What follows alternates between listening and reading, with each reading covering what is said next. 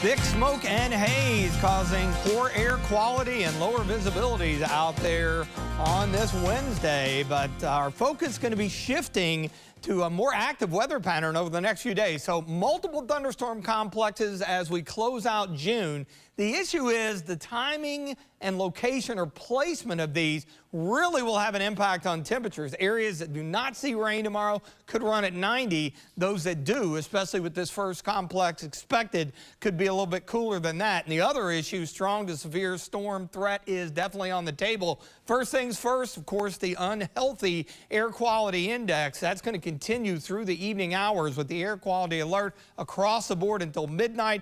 Might be an evening just to sit this one out at home. Indoors is a place to be.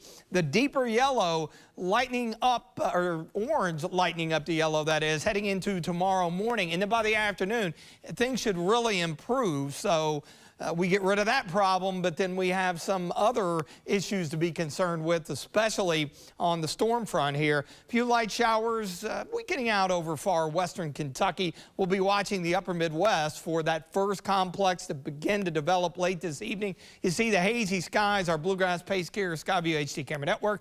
Richmond EKU, we're at 84. Winds are light, and that's really contributed today to the stagnant air and those smoke particles really building up. Most locations managing to sneak into the low and mid 80s for afternoon highs. Area of high pressure moving out, and that bubble of heat and humidity out to the west, that's going to be tracking eastward here.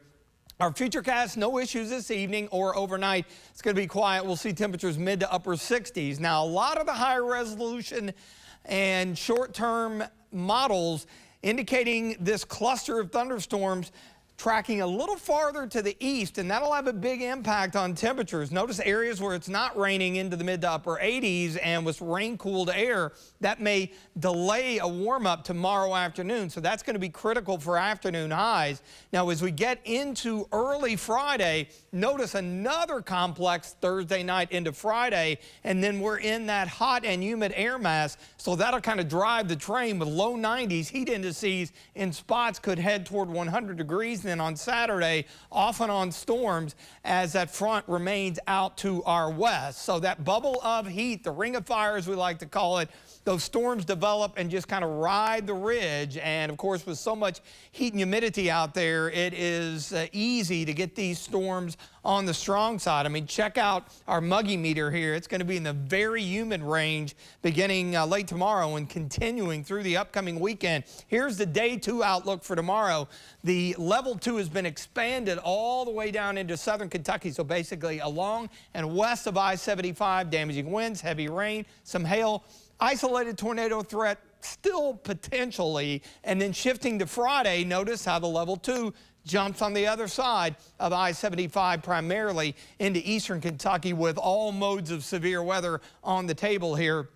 Damaging winds being the primary threat. Storm energy, that is key to our severe weather threat. A lot of it out to the west tomorrow, but on Friday with the heat and humidity around, notice how it's going to be relatively high, and that would help to fuel any storms that get going, and then additional rain and storms on Saturday, although at this point not as concerned with the severe threat over the course of the weekend to kick off July. 66, still hazy, few clouds, same drill tomorrow.